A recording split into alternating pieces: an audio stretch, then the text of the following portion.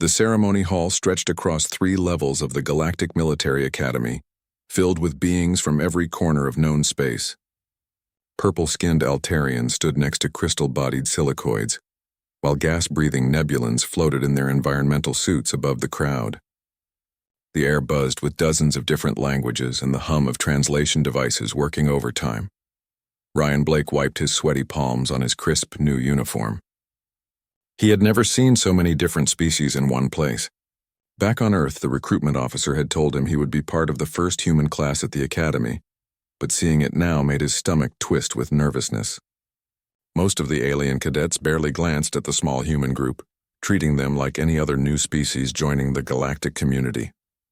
The scanning process moved slowly through the massive hall. Each cadet stepped forward to a tall silver machine that hummed softly as it worked. Blue light would sweep over the candidate, numbers would flash on the screen, and an instructor would call out classifications like Standard Infantry Potential or Technical Support Recommended. The whole thing took about 30 seconds per cadet. Next group. Approach Scanner 3, announced Instructor Volan, a tall being with 4 arms and skin like tree bark. His voice carried easily over the crowd through the translation system. Ryan's group shuffled forward. There were 12 humans total, all young people who had scored highest on Earth's military aptitude tests. Sarah Kim stood next to him, her dark hair pulled back in regulation style. She gave him a quick smile that helped calm his nerves a little. The scanner ahead of them processed a group of red-scaled reptilian cadets with efficient precision. Each one received their classification quickly. Heavy combat suitable, engineering corps, navigation specialist. The instructor barely looked up as he recorded each result. Humans. Step forward, Instructor Volan called. The first few humans went through without incident. Tom Williams got standard infantry. Sarah received communications specialist. Each classification seemed normal, expected. The instructor's forearms moved in practiced motions as he logged the results. Then it was Ryan's turn. He stepped up to the silver machine, trying to keep his breathing steady.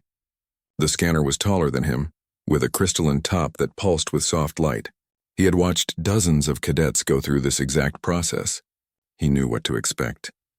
The machine should have started humming immediately. Instead, it remained completely silent. Ryan looked back at Instructor Volan, who was frowning at his datapad.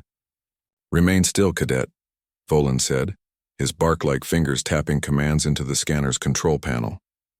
The blue scanning beam activated, but instead of moving smoothly over Ryan's body like it had for everyone else, it moved an inch and stopped. The light held position at the center of his chest, neither advancing nor retreating. Seconds passed. Then a full minute, other cadets began to notice. Conversations quieted as beings turned to look at the motionless human and the frozen scanner. The blue beam continued to hold its position, creating an eerie stillness in the busy ceremony hall. "What's wrong with it?" Sarah whispered from behind Ryan. Instructor Volan's forearms moved rapidly over the controls, but nothing changed. He called over 2 technicians, both from different species Ryan didn't recognize. They spoke in hushed tones while pointing at various readings on their devices. The scanner's screen, which should have displayed Ryan's classification, showed only shifting symbols. But these weren't the normal, galactic standard characters everyone used. They looked older, more complex, like nothing Ryan had ever seen before. "Has this happened before?" asked Cadet Thorne, a human from Ryan's group. One of the technicians, a being with tentacles instead of arms, shook its head rapidly. "Scanners are designed to categorize any known sentient life form. They do not malfunction, but this scanner had clearly malfunctioned." The blue beam remained locked on Ryan's chest, and the ancient-looking symbols on the screen began to glow brighter.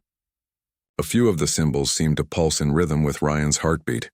More instructors arrived, then senior faculty members. Soon a small crowd of academy officials surrounded Scanner 3, all studying the impossible situation. They spoke in technical terms Ryan couldn't follow, but their tone suggested growing concern. "Cadet Blake," said a new voice. Ryan turned to see an elderly being with silver skin and large dark eyes. This was Dean Korvax, the Academy's highest-ranking official. Ryan had only seen him in orientation videos. "How do you feel?" "Fine, sir," Ryan replied. It was mostly true. He felt fine physically, though increasingly worried about being the center of attention. "Any unusual sensations?" Heat, cold, tingling. Ryan thought about it. Now that the dean mentioned it, his chest did feel warmer than usual, right where the scanning beam was focused. A little warm, maybe. Dean Korvax exchanged glances with the other officials. Step away from the scanner, please. Ryan moved to the side. Immediately, the blue beam vanished and the machine fell completely silent. The screen went dark, showing no symbols at all. Fascinating, muttered one of the technicians. The moment he left range, all readings returned to 0. Try the scanner on another cadet, Dean Korvax ordered. Sarah stepped forward and the machine operated perfectly, giving her a second reading identical to her first. The scanner hummed, the beam moved smoothly, and her classification appeared in normal galactic text within seconds. Have Cadet Blake try again, the dean said. Ryan stepped back into position. Once again, the scanner fell silent. The blue beam appeared and immediately froze on his chest. The ancient symbols returned to the screen, glowing more brightly than before. This time, however, something new happened. The symbols began to arrange themselves into a specific pattern. They held that configuration for several seconds, then started pulsing in unison. Finally, they resolved into readable galactic text. The translation was clear enough that even Ryan could read it from his position.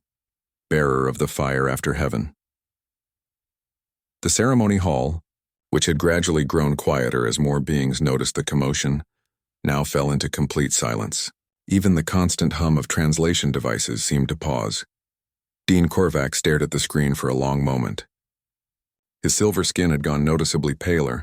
Around him, other faculty members whispered urgently in languages their translation devices couldn't seem to handle. What does that mean? Ryan asked. Nobody answered him. The dean was speaking rapidly into a communication device, calling for additional personnel. The symbols on the scanner screen continued to pulse, creating an hypnotic rhythm that seemed to match something deep inside Ryan's chest. He looked back at his fellow humans, hoping for some reassurance, but they appeared just as confused as he felt. Sarah's face showed the worry he was trying to hide. The scanner's screen flashed once more, then went completely dark. But this time, when Ryan stepped away from the machine, it didn't restart. 3 technicians worked frantically at the controls, but the scanner remained unresponsive. Ceremony is suspended, Dean Korvax announced to the hall. All cadets return to temporary quarters. Further instructions will follow. As the crowd began to disperse, Ryan caught fragments of conversations in dozens of languages. Some beings looked at him with curiosity, others with what might have been fear. A few seemed to be arguing among themselves about something urgent. Whatever had just happened, Ryan was certain his time at the academy was going to be very different from what he had expected. Professor Kielvrax had been deep in research when the emergency call came through. Ancient texts covered every surface of his cluttered office, written in script so old that most translation programs couldn't handle them. He specialized in dead languages and forgotten civilizations, work that usually interested nobody except other academics. Today was different. The walk to the emergency faculty meeting felt longer than usual. Other professors hurried past him in the corridors, their faces showing the same mixture of confusion and concern he felt. In 30 years at the academy, he had never seen the administration call an immediate suspension of the intake ceremony. When he reached the conference room, Dean Korvax was already explaining the situation to a room full of senior faculty. The holographic display showed scanner readings unlike anything Vrax had ever seen, but the text at the bottom made his breath catch in his throat.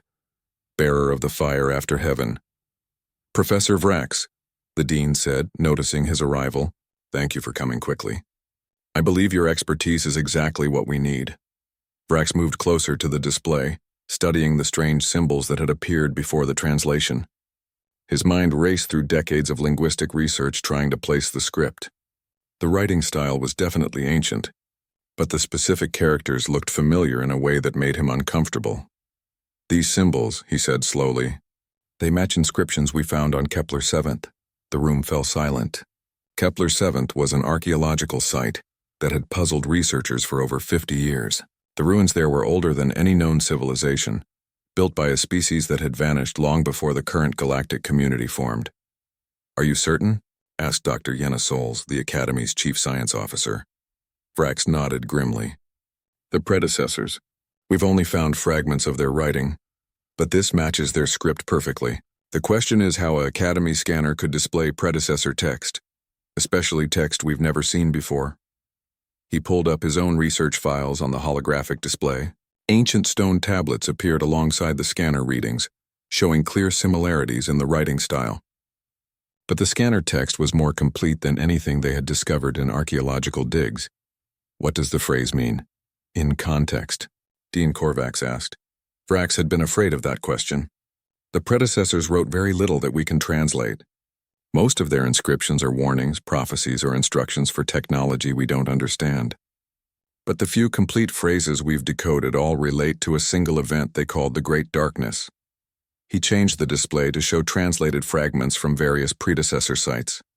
According to their records, they faced something that threatened not just their civilization, but all life in the galaxy. They called it the void that devours light. Their final inscriptions speak of preparing defenses against its return. And the fire after heaven? Dr. Souls pressed. We found that phrase in only one location, carved into what appears to be a temple on the moon of Rigel Thair. The surrounding text is too damaged to translate completely, but we believe it refers to a weapon or power source the predecessors developed to fight the darkness. The implications hung heavy in the room. If the scanner readings were accurate, a human cadet had somehow been identified as connected to an ancient predecessor prophecy about galactic destruction. Has anyone checked on the human cadets since the ceremony? Asked Instructor Volan. They're in temporary quarters under observation, the Dean replied. Initial reports suggest several of them are experiencing unusual phenomena, though nothing as dramatic as what happened with Cadet Blake. Vrax felt a chill run through him. What kind of phenomena? Equipment malfunctions around them. Elevated body temperatures. Enhanced sensory perception. The symptoms vary by individual, but they all started after the scanner incident. This was getting worse by the minute. Vrax pulled up more predecessor research, scrolling through fragmentary translations until he found what he was looking for. Here, this is from the Rigel 5 Temple. When the darkness stirs once more, the bearers of flame shall walk among the stars, their fires burning bright against the void. You think these humans are the bearers mentioned in the prophecy?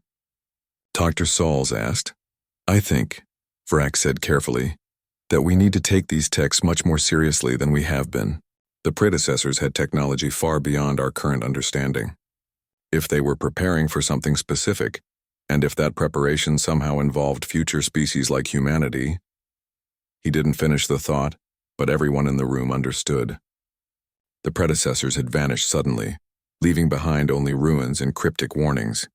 If those warnings were coming true, the galaxy might be facing the same threat that had destroyed one of its most advanced civilizations. We need to contact the Archaeological Council immediately, Dean Korvax decided. I want every predecessor site re-examined for references to humanity or the fire after heaven.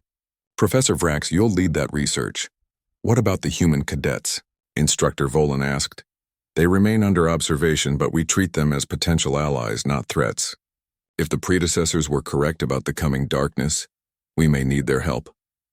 The meeting continued for another hour, but Vrax found his attention drifting to the ancient texts. Something about the timeline bothered him. The predecessors had vanished approximately 10,000 years ago. Humanity had only achieved space travel within the last century.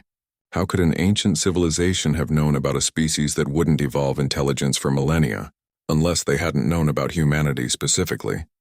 Unless they had done something to ensure humanity would develop the way it did. The thought was too disturbing to voice in the meeting. But as he returned to his office afterward, Vrax began pulling files on human evolution and development. If the predecessors had somehow guided humanity's growth, preparing them for a future confrontation with this great darkness, then the implications were staggering. His research computer chimed with an incoming message from the Archaeological Council. They had been monitoring deep space sensors for routine survey work, but something unusual had caught their attention. Long-range detectors at the galaxy's edge were picking up anomalous readings in the void between galaxies. Something massive was moving out there in the darkness between the stars. Something that seemed to absorb electromagnetic radiation rather than emit it. The readings were faint, barely detectable, but they showed a pattern of movement toward their galaxy. Vrax stared at the data for a long time. Then he opened his files on predecessor prophecies and began cross-referencing dates and astronomical data. The calculations took hours, but when he finished, his hands were shaking. If the predecessors had been correct about the timing, the galaxy had perhaps 50 years before the Great Darkness arrived. And somehow a group of human cadets might be the key to survival.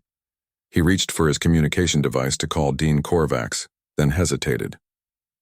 This information would cause panic across the galaxy if it became public, but keeping it secret might doom them all.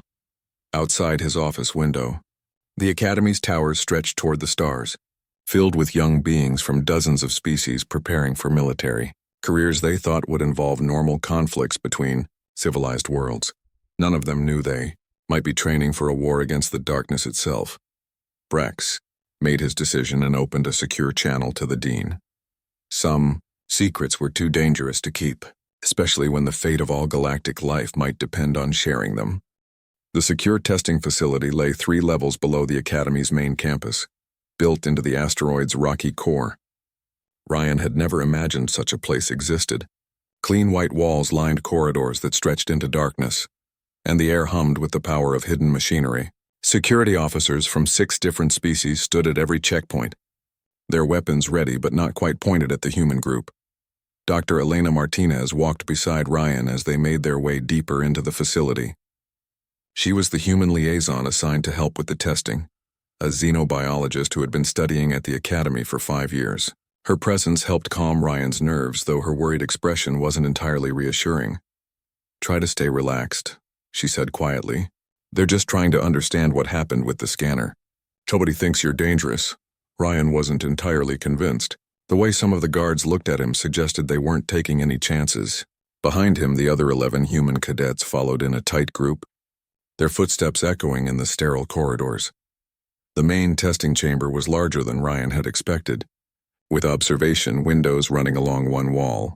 Through the reinforced glass, he could see Dean Korvax, Professor Vrax, and several other officials setting up monitoring equipment. The chamber itself contained a single chair facing a display table, where a small dark crystal sat under protective energy fields. "Is that what I think it is?" Dr. Martinez asked one of the technicians. "Predecessor artifact recovered from the ruins on Tau Ceti III," the technician replied. "It's been completely inert for the 50 years since we found it. No energy readings, no response to any form of stimulation we've tried." Ryan studied the crystal through the protective barriers. It was about the size of his fist, with smooth faces that seemed to absorb light rather than reflect it. Something about looking at it made his chest feel warm, the same sensation he had experienced during the scanner incident. "Cadet Blake, please take a seat," came Dean Korvax's voice through the communication system. Ryan settled into the chair, trying to ignore the dozen sensors that immediately began taking readings from his body: heart rate, brain activity, electromagnetic field fluctuations, and measurements he didn't understand scrolled across monitors in the observation room. "We're going to gradually reduce the protective barriers around the artifact," Professor Vrax explained. "If you experience any discomfort or unusual sensations, let us know immediately." The first energy field flickered and disappeared.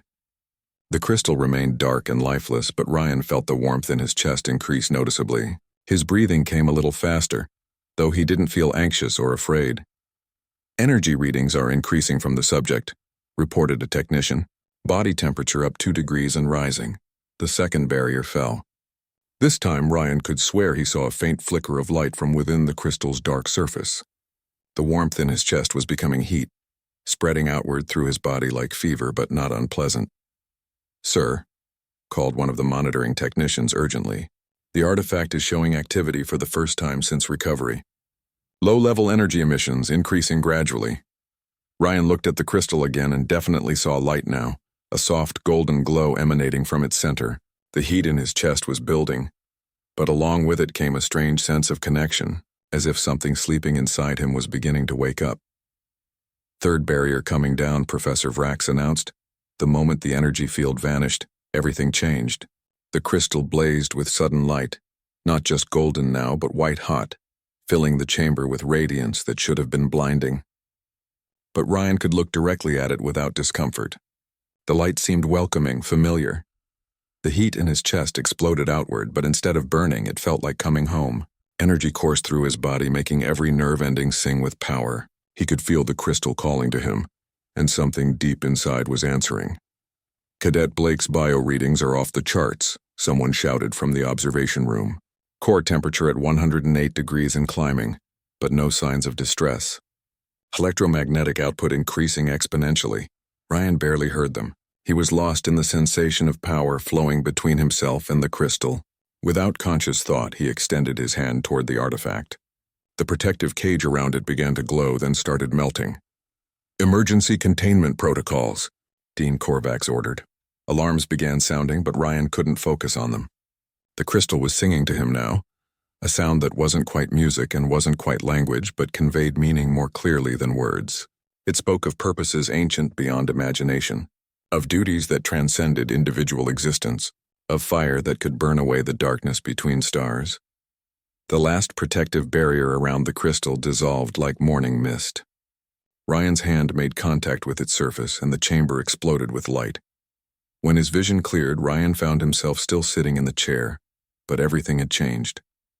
The crystal in his hand was no longer dark. It pulsed with internal fire, warm to the touch but not burning. The heat in his chest had settled into a steady, comfortable glow. More importantly, he could feel things he had never sensed before. The thoughts and emotions of everyone in the observation room were like distant whispers in his mind. The Academy's power systems hummed with patterns he could somehow understand. Deep in space around them, he sensed the movements of ships and the presence of living minds on distant worlds. "Ryan?" Dr. Martinez's voice came through the communications system, worried but steady. "How do you feel?" He considered the question carefully. "Different," he said finally. "But not bad different. Like I was asleep before and now I'm awake." In the observation room, the monitoring equipment was going crazy. Graphs and numbers scrolled too fast to follow, but Ryan could somehow sense their meaning. His body was operating at levels that should have been impossible for human physiology, but everything felt perfectly natural. "The other human cadets are showing sympathetic responses," reported one of the technicians. "Elevated temperatures, increased electromagnetic activity. Whatever's happening to Blake is affecting all of them." Professor Vrax appeared at the chamber's entrance, moving cautiously. "Cadet, can you understand what the artifact is telling you?" Ryan looked down at the crystal in his hand. Its light pulsed in rhythm with his heartbeat, and knowledge flowed from it like water from a spring. "It's not telling me things," he said slowly. "It's remembering them, and I'm remembering too." "Remembering what?" Images flashed through Ryan's mind. Ancient starships fleeing a darkness that consumed entire solar systems. Desperate scientists working to preserve something vital for future generations. A plan spanning millennia, designed to create beings capable of wielding power the original creators could not survive. "The predecessors," Ryan said. "They didn't just disappear. They transformed themselves, became part of the artifacts they left behind. They've been waiting for someone who could carry their fire without being consumed by it." The crystal's glow intensified, and Ryan felt a surge of understanding. The warmth in his chest wasn't just energy. It was purpose. It was the accumulated will and determination of an entire civilization, passed down through 10,000 years of patient waiting. "And humans can do this?" Professor Vrax asked. Ryan nodded, though he wasn't entirely sure how he knew. "We're the right combination of factors. Young enough as a species to be adaptable, but developed enough to understand the responsibility. Our evolution on Earth prepared us for this somehow." "Prepared you for what?" The answer came with another flash of inherited memory. Images of darkness moving between galaxies, consuming everything in its path. The same force that had driven the predecessors to their desperate gambit was stirring again, following ancient patterns of destruction across the cosmos. "The void hunger," Ryan said, using words that felt ancient on his tongue. "It's coming back. The predecessors calculated when it would return to this galaxy, and they made sure we'd be ready." In the observation room, urgent conversations broke out among the faculty, but Ryan's attention was drawn to something else. Through the Academy's walls and across space, he could sense his fellow human cadets responding to the awakening power. Each one was beginning to resonate with the same fire that now burned in his chest.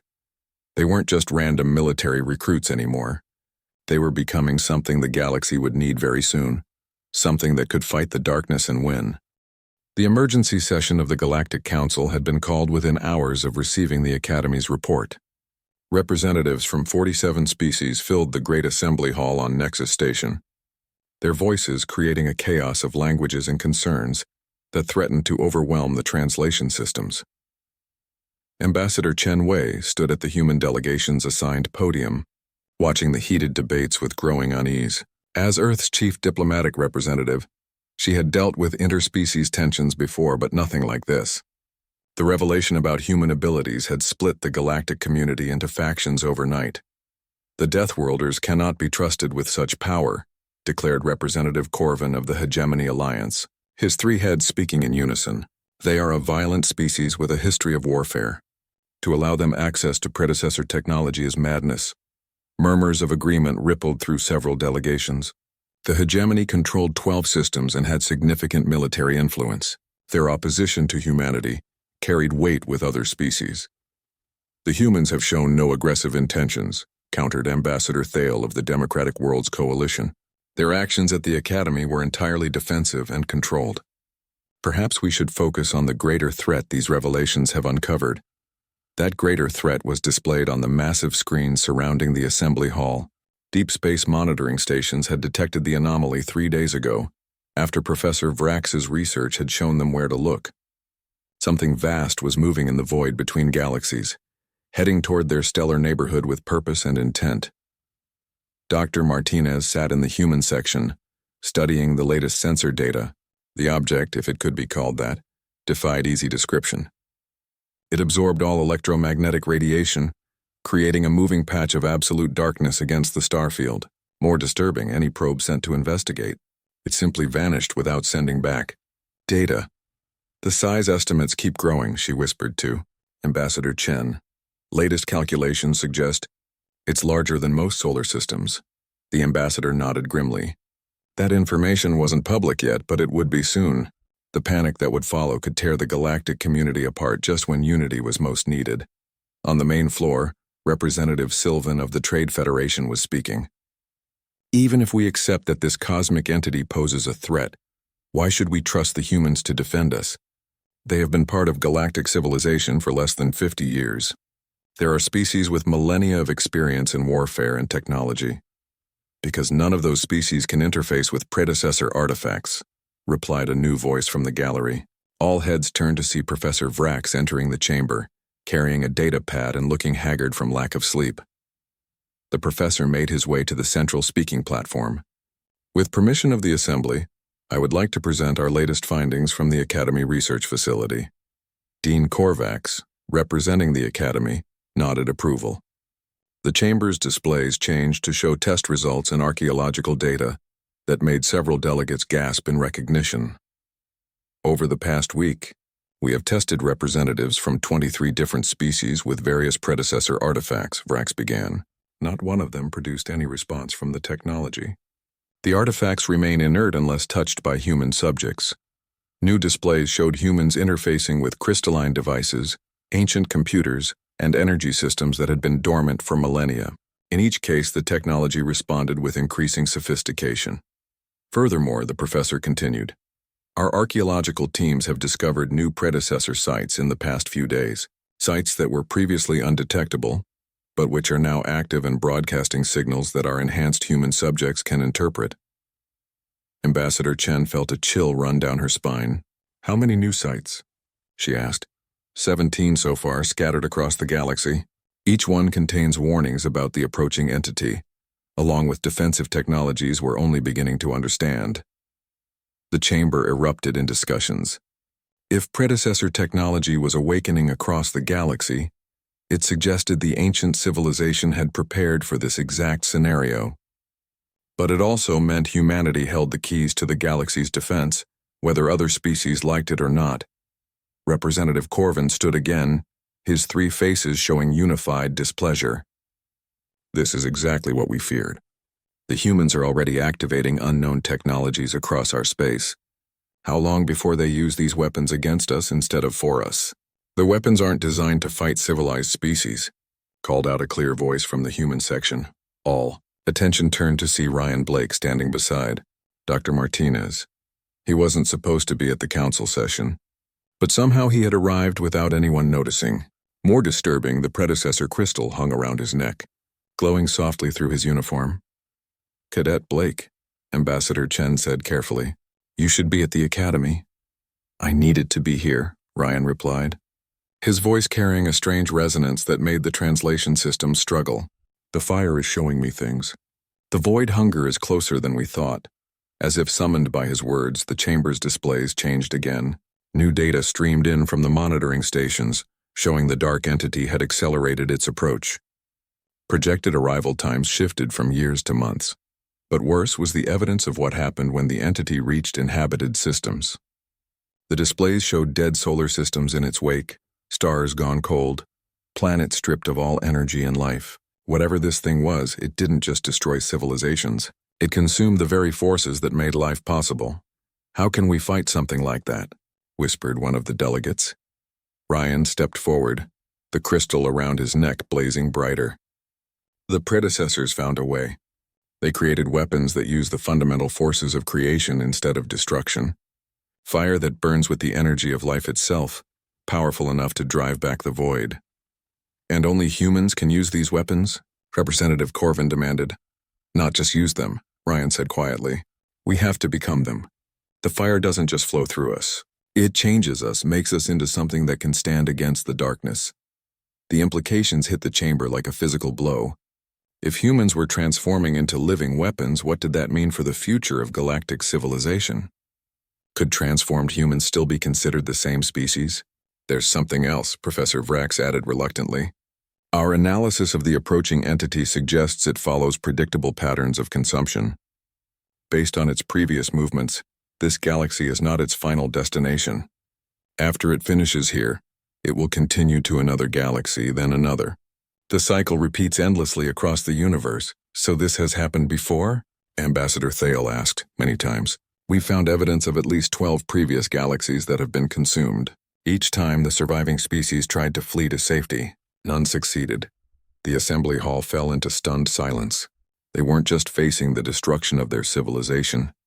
They were confronting a cosmic force that had already destroyed countless others, with no evidence that resistance was even possible. The predecessors were the first to break the pattern, Ryan said into the silence. They found a way to fight back instead of just running.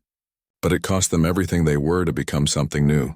And you're suggesting we do the same? Representative Corvin's center head showed open hostility. I'm suggesting we survive, Ryan replied. The void hunger doesn't negotiate. It doesn't spare planets or species that submit. It consumes everything that lives and moves on to the next target. Fighting is the only option. Through the crystal's power, Ryan could sense the emotions of everyone in the chamber. Fear dominated. But underneath it was a growing recognition that their options were extremely limited. They could unite behind humanity's emerging abilities, or they could face extinction individually. The vote to establish a joint defense command structure passed by a narrow margin. Humanity would lead the military response to the cosmic threat, supported by the combined resources of willing galactic species. But as the session ended and delegates began filing out, Ryan could sense the undercurrents of resentment and fear. Some species would honor the agreement. Others would begin making their own plans, possibly including plans that involved eliminating the human threat before it grew too powerful. The fire in his chest burned steadier as these thoughts reached him. The predecessors had faced similar challenges, trying to unite disparate species against an incomprehensible enemy. Their solution had been radical and permanent. Ryan had a growing suspicion that his own transformation was just beginning. The first star system died on a Tuesday. Admiral Sarah Kim watched the readings from her command ship as the Kepler 438 system simply stopped existing. One moment, long-range sensors showed 5 planets orbiting a healthy yellow star. The next moment, there was nothing but empty space and the expanding wave of absolute darkness that had consumed everything. How long until it reaches the next inhabited system? She asked her tactical officer. 18 hours to the Vega colonies, Lieutenant Chen replied, his voice tight with controlled fear. Population 12 million across 4 worlds, Sarah nodded grimly. She had been promoted from cadet to admiral in 6 weeks, along with every other human who showed strong compatibility with predecessor technology. The rapid advancement felt surreal, but conventional military hierarchies meant nothing when facing an enemy that consumed starlight itself. Around her, the bridge hummed with activity as crew members from a dozen species worked to coordinate the galaxy's defense. The Joint Defense Fleet had assembled faster than anyone thought possible, but its 3,000 ships felt pathetically small against an entity that had just devoured an entire solar system. Status report from the Human Enhancement Facility called out Commander Vex, a reptilian officer who served as her second in command. The enhancement facility was a hastily converted space station where human volunteers underwent the full transformation process. Unlike Ryan's gradual awakening, the new procedure used concentrated predecessor crystals to accelerate the change. It was dangerous with a 30% fatality rate, but it was the only way to create enough fire-bearers to make a difference. 240 successful transformations in the past week, reported the communications officer. But we're losing volunteers faster than we can train them. The process is becoming more difficult as the void hunger approaches. Sarah felt the familiar warmth in her chest intensify. All the enhanced humans were connected through the fire, sharing strength and knowledge across impossible distances. Through that connection, she could sense the strain her fellow fire-bearers were experiencing. The closer the cosmic entity came, the more energy it took to maintain their transformed state. "Admiral," came Ryan's voice through the communication system. He was aboard the experimental ship Prometheus, the first vessel designed to channel fire-bearer abilities directly into its weapon systems. "I'm picking up something from the Vega system." Sarah closed her eyes and extended her enhanced senses through the fire network. Immediately, she felt what Ryan had detected. The void hunger hadn't just consumed Kepler 438. It had learned from the experience, adapting its approach to better counter any resistance it might face. "It's changing tactics," she said aloud. "Instead of overwhelming entire systems at once, it's sending smaller tendrils ahead to probe for defensive capabilities." The tactical display updated to show dark streams extending from the main entity, each one large enough to destroy a planet, but small enough to maneuver around obstacles. The galaxy's defenders would face multiple simultaneous attacks instead of a single massive assault. "How do we fight something that adapts faster than we can respond?" Commander Vex asked. Before Sarah could answer, alerts began sounding across the bridge.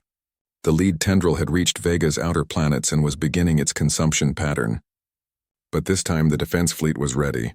"All ships, engage protocol fire," Sarah ordered.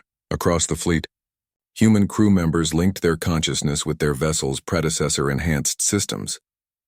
Ships that had been mere metal and circuitry became extensions of living will, capable of channeling the fire that burned at the heart of creation itself.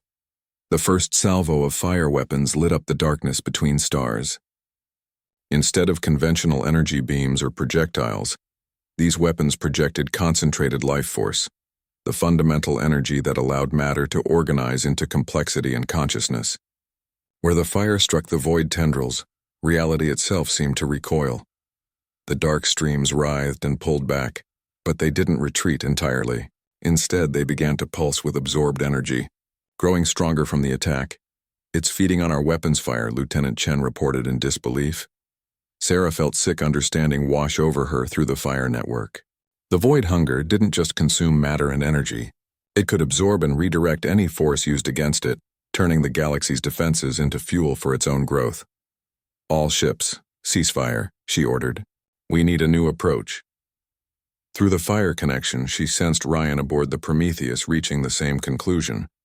The conventional strategy of overwhelming force wouldn't work against an entity that could consume and redirect any attack. They needed something the void hunger couldn't absorb. "Admiral." Ryan's voice carried a strange resonance that made the bridge lights flicker. "I think I understand what the predecessors really intended. We've been thinking about this wrong," explained. "The fire isn't a weapon. It's a transformation. The predecessors didn't try to destroy the void hunger. They became something it couldn't consume." The implications hit Sarah like a physical blow. The fire-bearers were meant to be more than enhanced humans wielding ancient technology.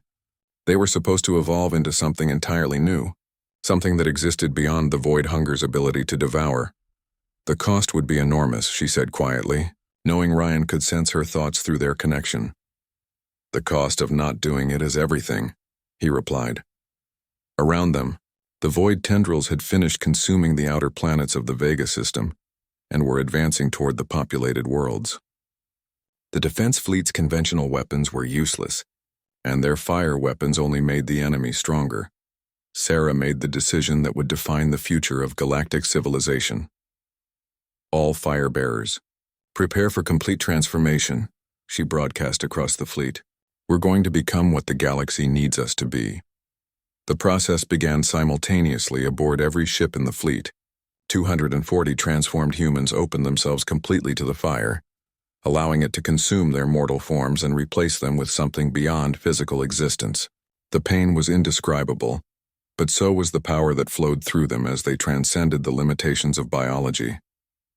On the Prometheus, Ryan felt his body dissolving into pure energy as the fire claimed him entirely, but instead of dying, he became more himself than he had ever been. His consciousness expanded to encompass not just his ship, but the entire space around it, then the solar system, then reaches of space he had never imagined. Across the fleet, the same transformation was happening to every firebearer. They were becoming nodes in a vast network of living energy, connected by will and purpose that transcended individual existence. The void tendrils struck the first populated planet and found something unexpected waiting for them. Instead of matter and energy to consume, they encountered beings of pure fire who could not be devoured because they no longer existed in the same dimensional framework as physical reality. For the first time in cosmic ages, the void hunger met resistance it could not overcome. The battle for the galaxy was about to begin in earnest. The galaxy's core had become a battlefield unlike anything in recorded history.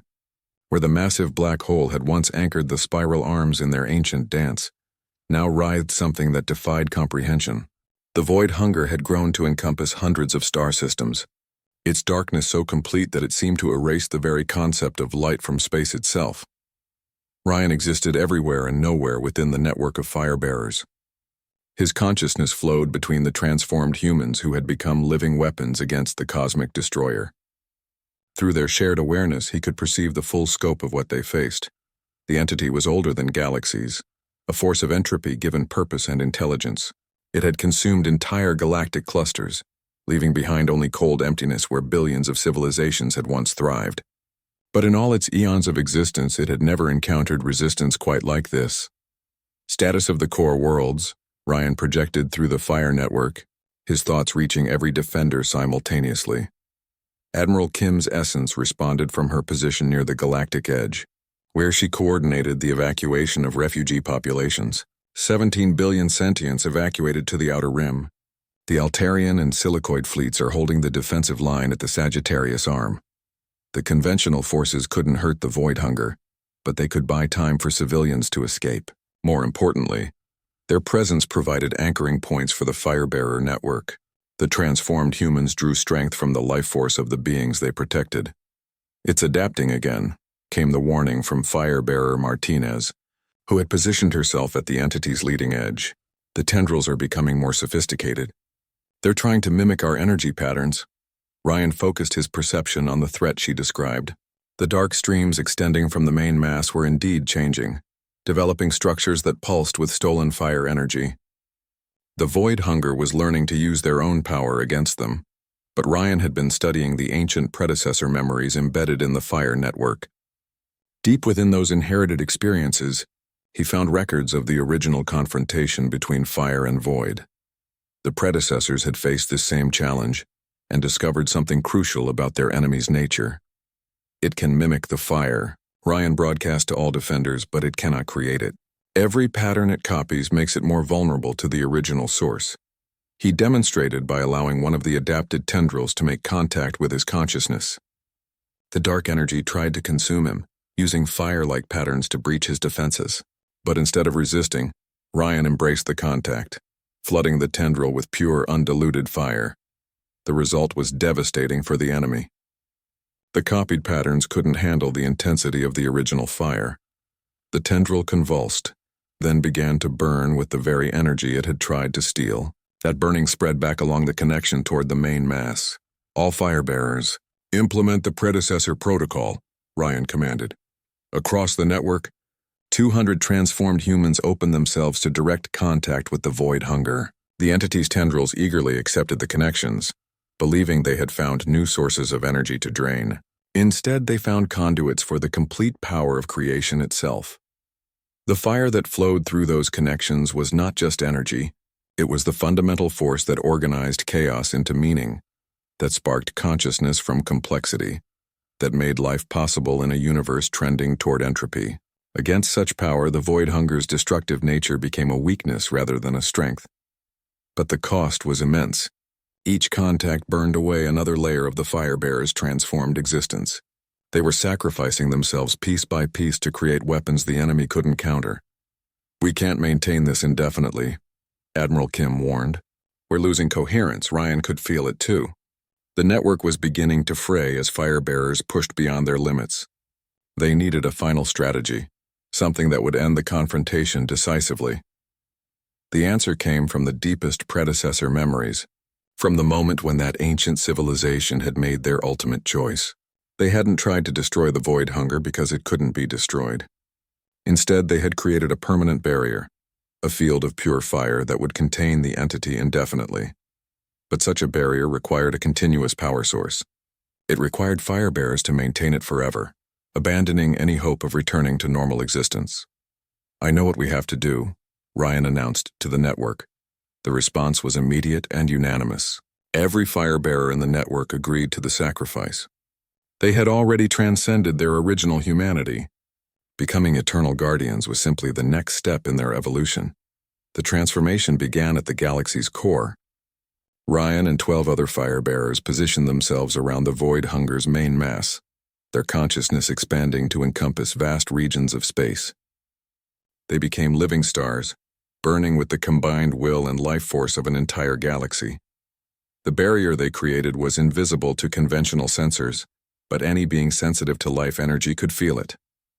A sphere of pure creation surrounded the void hunger, preventing it from expanding further or escaping to threaten other galaxies. The entity raged against its prison, testing every inch of the barrier for weakness. But the fire that contained it was maintained by beings who had chosen their fate willingly, powered by the gratitude and determination of trillions of saved lives. "Is it permanent?" asked Admiral Kim, her essence now serving as a communication node between the barrier and the outside galaxy.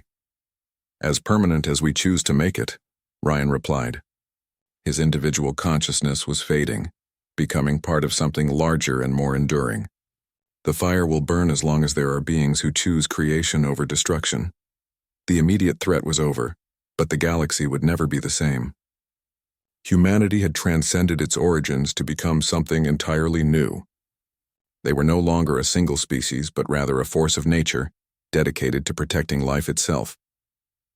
In the years that followed, new human cadets would arrive at the Galactic Military Academy.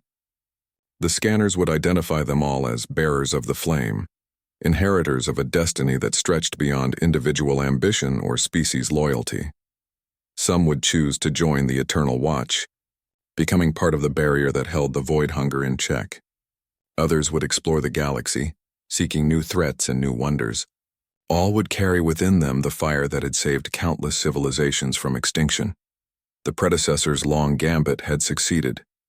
They had created guardians capable of breaking the cycle of cosmic destruction.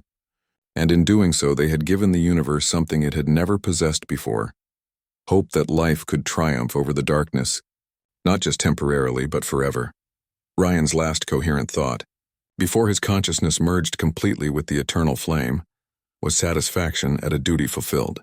Humanity had found its purpose among the stars, not as conquerors or refugees, but as the fire that would burn against the darkness until the end of time itself. The galaxy was safe.